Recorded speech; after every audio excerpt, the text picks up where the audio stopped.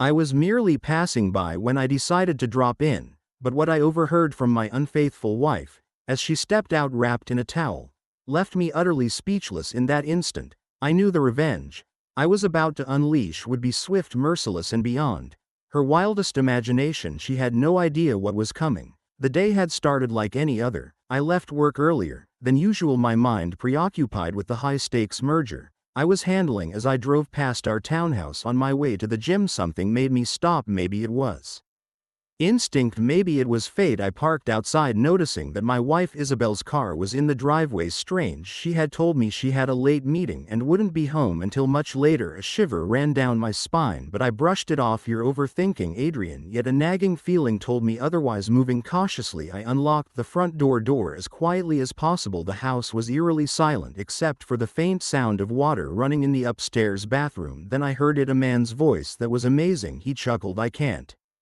believe you're actually pulling this off. I froze. A second later, Isabel responded with a breathy laugh. Oh, Adrian has no clue. He's so easy to fool, she said smugly. He thinks I'm working late today. We have all the time in the world. Silence followed, then the unmistakable sound of a kiss. My fingers tightened around the staircase railing, my knuckles turning white. My entire body felt numb as my mind raced at 1,000 miles per hour. She was betraying me right now, in our home, in our bed. I should have charged upstairs. I should have kicked the door open, dragged the bastard out, and demanded an explanation, but I didn't. Instead, I took a slow, deep breath and stepped back into the shadows, because in that moment I realized this wasn't going to end in a heated argument. It was going to end in revenge, and I would make sure it was swift, ruthless, and devastatingly thorough. I turned around, walked out of the house, and got into my car, but I wasn't consumed by anger or heartbreak. No, I was calculating. My marriage was over. I accepted that, but I wasn't about to slink away like some broken, betrayed husband. Isabel had made a terrible mistake. She had underestimated me, and now I was going to teach her why that would be the worst mistake of her life. I pulled out my phone and called Luca, my best friend, a man with an exceptional talent for digital security. Luca, I said, my voice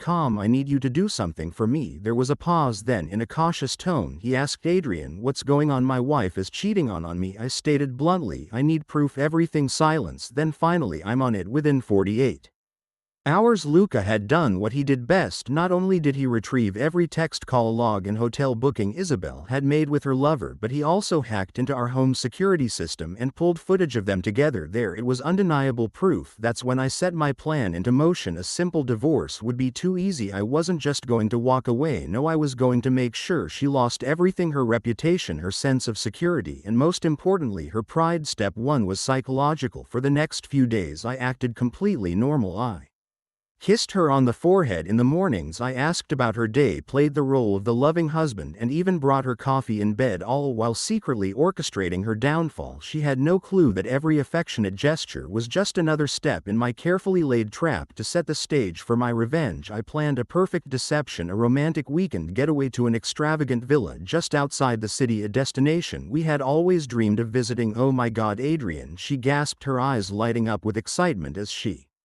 played the role of the devoted wife. You're incredible, I smiled warmly. Anything for you, my love. She had no idea that while she was excitedly packing for our trip, I was already finalizing her downfall. She had no idea that the next time she set foot in our home, she would no longer have a place there. She was blissfully unaware that soon she would be broke, humiliated, and completely ruined. And the best part, the real revenge hadn't even begun. On the morning of our supposed trip, I told her I had a few work matters to handle and would meet her at the villa later. She left first, completely unaware of what was unfolding behind her. The moment she was out of sight, I set my plan into motion. I called my lawyer and finalized the divorce papers. I froze all our joint accounts, cutting off her access to any money. Then I sent every piece of evidence, her messages, her secret rendezvous, every detail of her betrayal, to her family, her friends, and even her workplace. The flawless image she had spent years crafting shattered in an instant, and yet the masterpiece of my revenge was still waiting for her.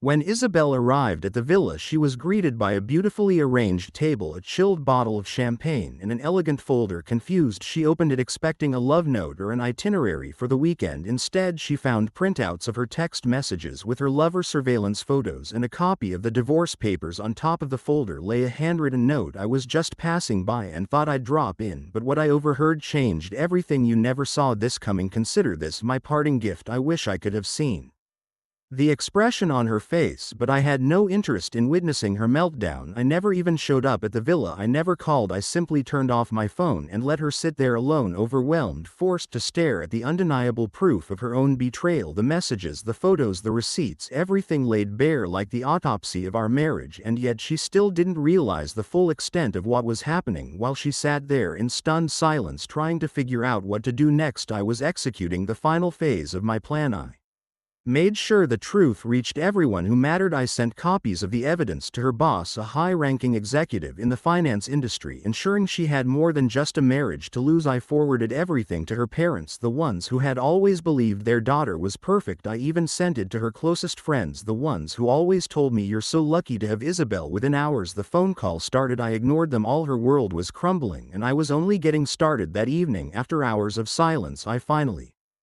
turned my phone back on. The first text, the first message I saw was from Isabel. "Adrian, please, we need to talk." Isabel, I don't know what's going on. My bank cards aren't working. Did you do something? Isabel, why is my mom calling me? In tears, Adrian, what have you done? I smirked and sent a single reply, "Me, you'll find out soon enough." Then I blocked her. When Isabel finally drove back home, probably thinking she could somehow smooth things over, she was met with a sight she never expected. Her suitcases sitting on the front lawn. Next to them stood a moving truck ready to take away what little she had left, and right in front of the house, looking at her with sheer disappointment, were her parents. Panic flashed across her face as she rushed toward them. "What's going on?" she demanded. Her mother shook her head, eyes glistening with unshed tears. "We saw everything, Isabel." Her father's face was carved in pure disgust. "You're no daughter of mine," he spat. "You had a good husband, a good home, a life people dream of, and you threw it all away for what?" He waved his hand in frustration, so meaningless. Tears streamed down her face. "Dad, please." He cut her off. "Adrian sent us everything. Do you have any idea how ashamed we are?" She turned to me then, fury burning behind her tear-filled eyes. You did this?" I folded my arms, leaning casually against my car. "No, Isabel, you did this. I just made sure you paid for it." Her gaze darted to the house, desperate. "Now you can't kick me out. This is my home too." I let out a slow smirk. "Not anymore." She blinked, confusion turning into dread. "What?" I sighed, as if explaining something simple. "I had the house transferred to my name weeks ago," I said smoothly. "You weren't paying attention, just like you weren't paying attention when I drained our joint accounts." Her hands flew to her mouth in shock. You can't do this to me." I shrugged. "Oh, but I already did." And that wasn't the end of it. Her job was gone. Her boss wasn't exactly thrilled about hiring someone whose personal life had become a public scandal. Turns out high-ranking executives don't appreciate that kind of drama. Her friends vanished. Turns out they had been my friends all along, and the guy she threw everything away for the moment she lost her comfort, her security, her status. He disappeared too, ghosted her completely. 3 days later she sent me one last text: "Isabel, I have nowhere to go. Please, I made a mistake. I miss you. We can fix this." I didn't reply because in that moment I knew she finally understood. She had been so confident, so certain that no matter what I would always be there, that I would forgive her, that I would take her back. But now she had nothing, and I was finally free. 2 weeks later I sat in my new office promotion, secured, a new city waiting to be explored, and a fresh start ahead. I had walked away from everything connected to Isabel, and I had never felt better than. As I was scrolling through social media, something caught my eye: a photo of Isabel sitting alone in a rundown cafe, looking exhausted, defeated, and utterly broken. The caption: "Some mistakes can never be undone." Damn right. I leaned back in my chair, a satisfied smirk tugging at my lips. Revenge is best served cold, and Isabel, she was frozen solid. Because cheating isn't just about betraying love, it's about betraying trust, dignity, and the belief that someone will always be there for you. But when the person you betrayed turns around and walks away without a second glance, that's the moment you realize you've lost everything.